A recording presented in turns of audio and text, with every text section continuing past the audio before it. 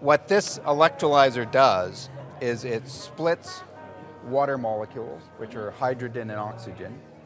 It uses electricity to split the water molecule into hydrogen and then oxygen. Okay. So what this will demonstrate is this side is the oxygen side, this side is the hydrogen side, this is the electrolyzer, which I have filled with water from here. So there's water inside this. And typically what you would use is renewable electricity, either from wind or from solar. Okay. And this kit actually has a solar panel that would produce the electricity, but because we're inside, it won't do that.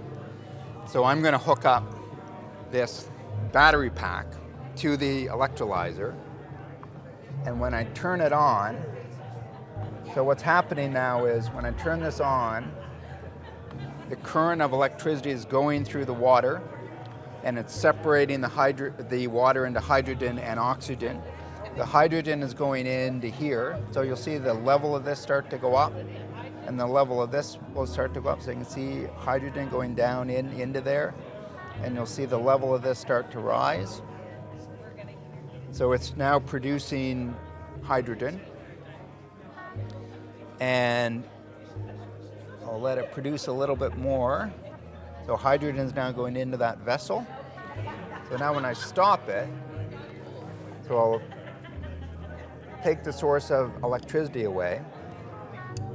And now, what the electrolyzer does when it goes in the opposite direction, it operates as a fuel cell.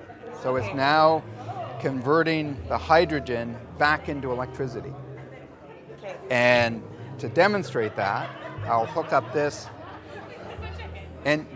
electric motor to the electrolyzer,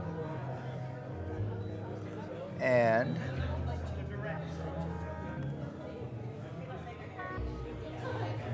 so this is running, so you'll see the hydrogen will start to lower down as it's running through the fuel cell and producing electricity inside. So sometimes the misconception is people don't realize that a vehicle that operates on a fuel cell is still an electric vehicle. So if you can imagine if this was an electric motor in a car, it's running off a fuel cell. It could also, so the analogy would be if this was a battery electric, so there's a battery in here, I could run